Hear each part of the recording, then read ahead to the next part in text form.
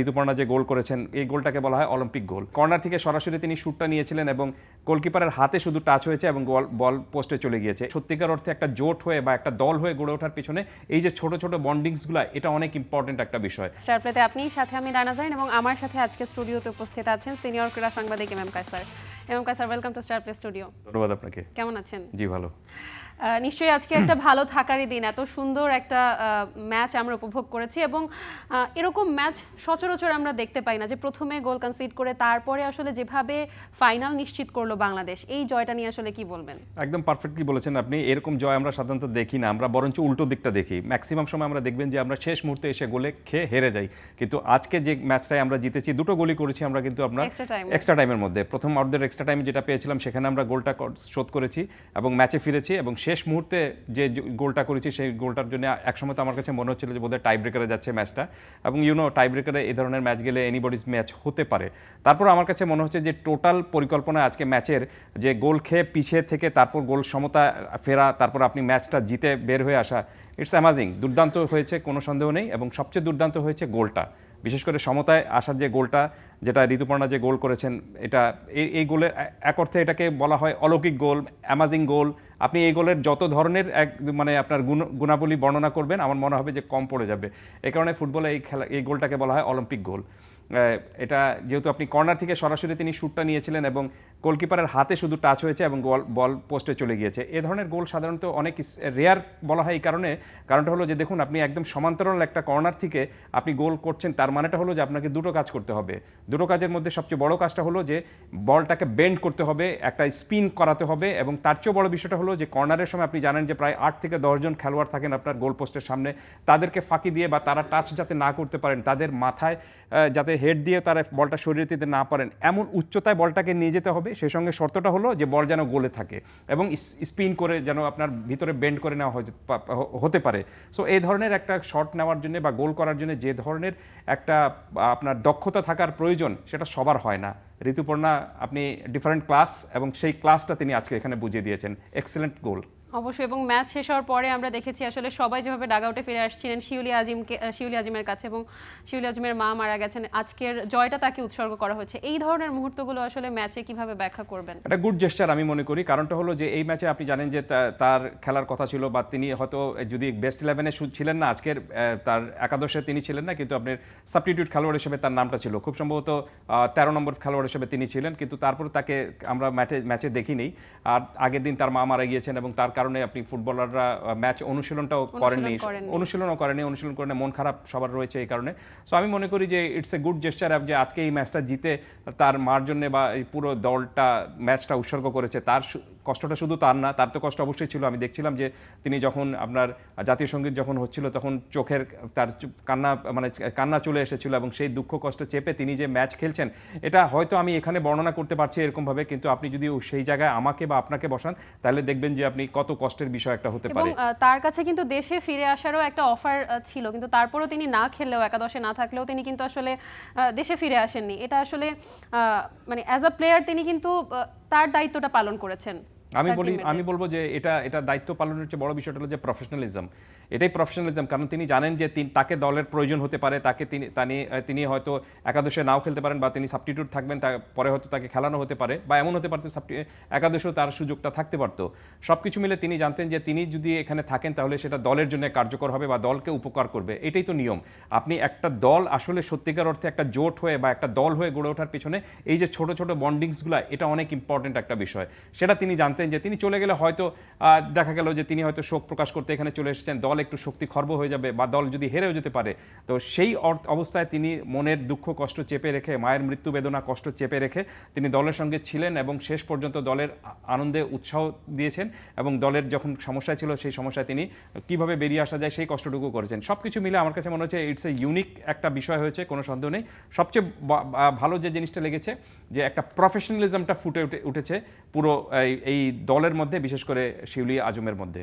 আমাদের সামনে ফাইনাল আছে এবং 5 তারিখে সান মারিনোর বিপক্ষে যে ম্যাচটা সেটাও আমাদের একটা বিগ ম্যাচ। কি মনে হয় আসলে 5 তারিখে হামজা আজকে দলের সাথে যোগ দিয়েছেন এবং তারপরে তিনি টিমমেটদের সাথে কোচের সাথে দেখা করেছেন, কি হতে যাচ্ছে আসলে 5 তারিখে? একটু টাফ হবে, কোনো সন্দেহ নেই। কারণটা হলো যে নতুন কোচ টমাস ডুলির এটা প্রথম ম্যাচ এবং তার চেয়েও বড় বিষয়টা হলো যে পুরো দলটাকে তিনি তেমনভাবে চেনেন না। কয়েকটা যা শুধুমাত্র এখানে আপনি ট্রেনিং সেশন তিনি করিয়েছেন, কিন্তু আসল যে খেলোয়াড় যাদেরকে নিয়ে তিনি হয়তো পুরো পরিকল্পনাটা করবেন তাদের সাথে সেরকমভাবে তার ম্যাচ মেকিংটা এখন পর্যন্ত হয়নি, ইন্টারাকশনটা সেরকমভাবে হয়নি। হামজার সাথে তার আজকেই দেখা হয়েছে। সো খেলা 7 তারিখে খেলা, এর মধ্যে হয়তো আরও 2-1টা সেশন তিনি পাবেন প্র্যাকটিস করার জন্য। তো আশা করছি যে তিনিও যেহেতু প্রফেশনাল ফুটবল কোচ, তিনি জানেন যে কিভাবে এই ধরনের সমস্যা তার জন্য নতুন কোনো কিছু নয়। তাকে তিনি এর আগেও এই ধরনের সমস্যায় হয়তো ফেস করেছেন, বাট প্লেয়ারদের সঙ্গে অ্যাডজাস্টমেন্ট করার বিষয়টা একটু তার জন্য বড় চ্যালেঞ্জের বিষয় হতে পারে।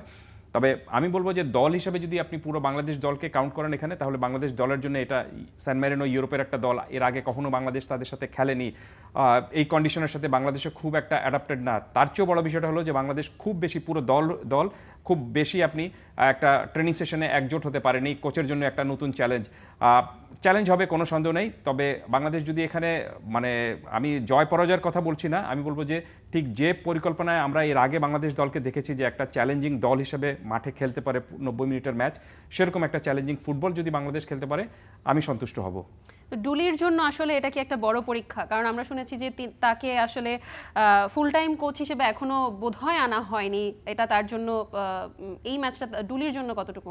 না দেখুন, একটা ম্যাচ দিয়ে তো আপনি কাউকে কাউন্ট করতে পারেন না, বা কোনো কোচের আপনি সাফল্য ব্যর্থতা আমি মনে করি না যে একটা সিঙ্গেল একটা ম্যাচ দিয়ে কাউকে কাউন্ট করাটা উচিত হবে।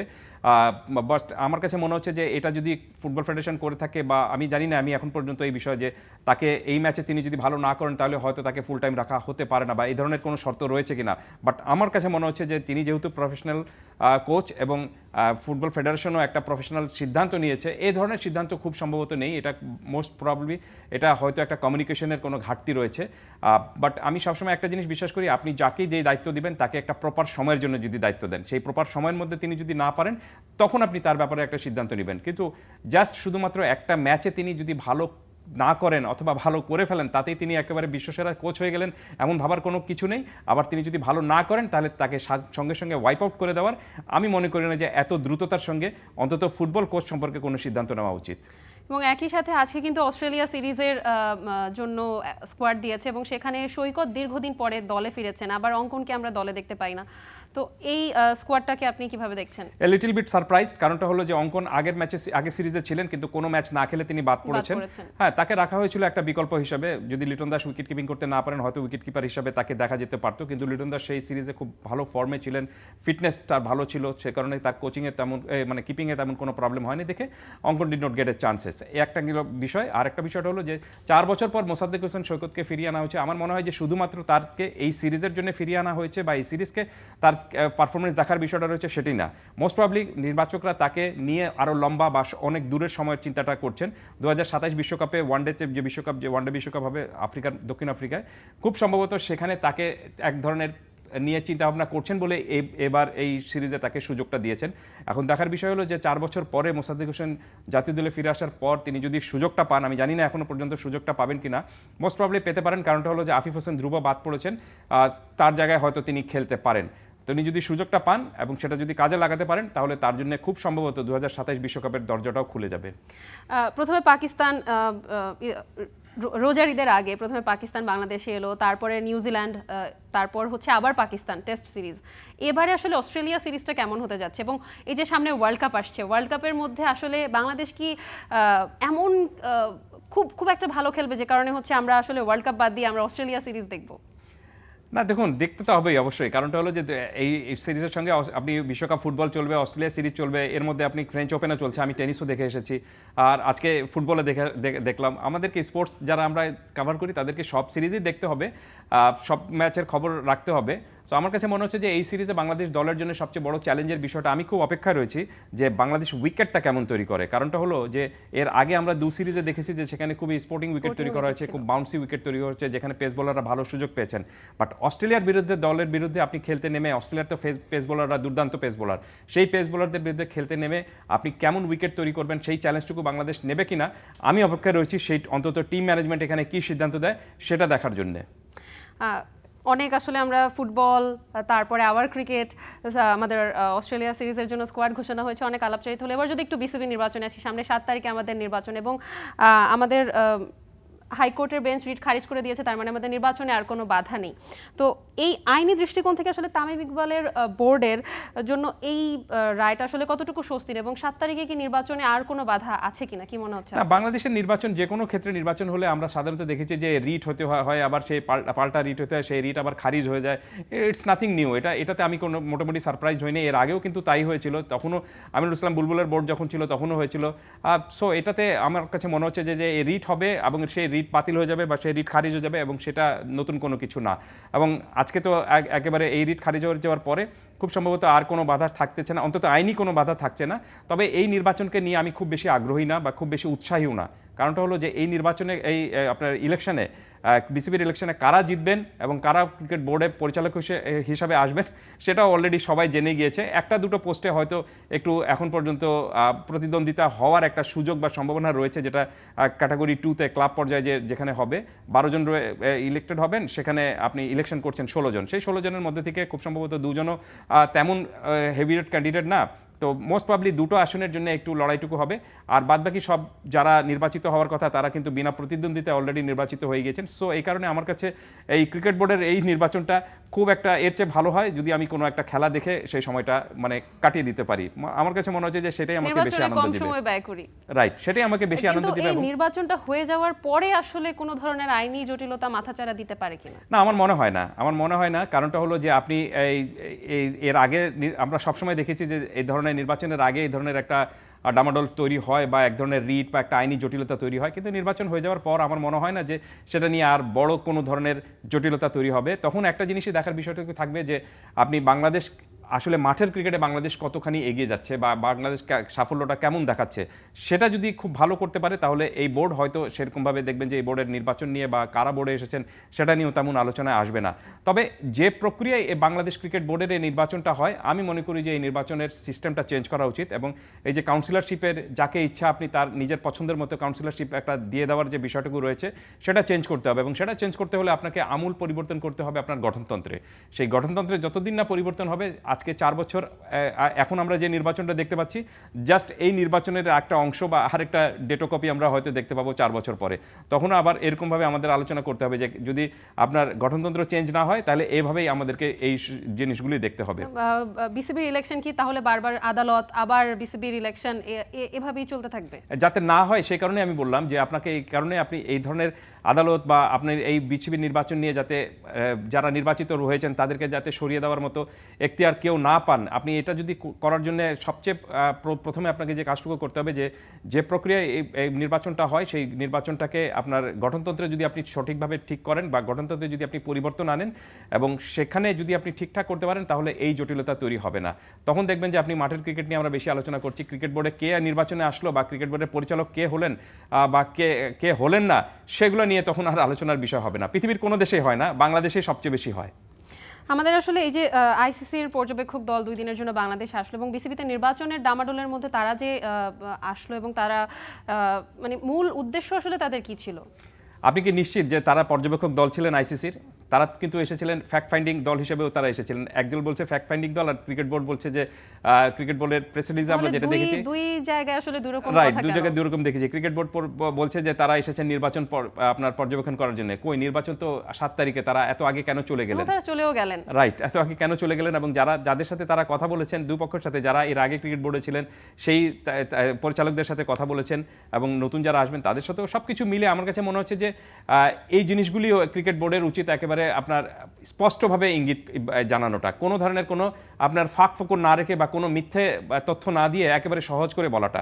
কারণ এই যুগে এসে বা এই সময়ে এসে আপনি যদি কোনো তথ্য লুকিয়ে রাখার চেষ্টা করেন তাহলে সেটা খুবই বড় ধরনের, আমি মনে করি যে বুমেরাং হবে।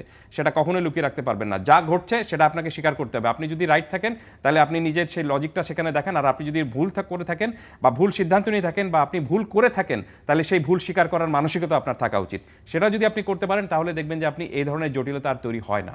এবং এই যে আইসিসির প্রতিনিধি দল আসলো এবং তারা ফেরত গেল, এই তাদের ফেরত যে রিপোর্ট তারা যেটা দিবে এটার উপর আসলে কি নির্ভর করছে? কিছুই হবে না, আপনি নিশ্চিত থাকতে পারেন কিছুই হবে না। It's a routine work. কারণটা হলো যে আমিনুল ইসলাম বুলবুলের বোর্ড যারা ছিলেন বা আমিনুল ইসলাম বুলবুল এটা অনেকবার এক ধরনের নোটিফাই করেছিলেন আইসিসিকে। এখন এই কারণে আইসিসি সেটা যা শুধু একটা রুটিন কাজ হিসাবে তাদের দুজন প্রতিনিধিকে এখানে পাঠিয়েছিল এবং তারা বলেছে যে গিয়ে দেখে আসো যে কী সমস্যা হয়েছে ওখানে, জাস্ট এসে আমাদেরকে এই বিষয়টার একটা রিপোর্ট করার জন্য।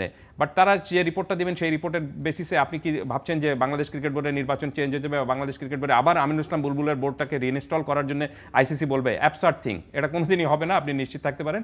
তারা হয়তো একটা রিপোর্ট দেবেন, সেই রিপোর্টের বেসিসে জাস্ট সেই আইসিসির কাছে শুধু জমা থাকবে এবং ইটস আ রুটিন ওয়ার্ক। এই বিষয়ে মানে আপনার বড় কোনো ধরনের একটা চেঞ্জ চলে আসবে বা যেটি বললাম যে আবার আমিনুল ইসলাম বুলবুলের বোর্ড এখানে এসে রিইনস্টল হয়ে যাবেন, আবার আমিনুল ইসলাম বুলবুল আমাদের বাংলাদেশে ক্রিকেট বোর্ড সভাপতি হিসেবে থাকবেন, এই চিন্তা যারা করছেন আমি মনে করছি দে আর লিভস ইন ফুলস ওয়ার্ল্ড।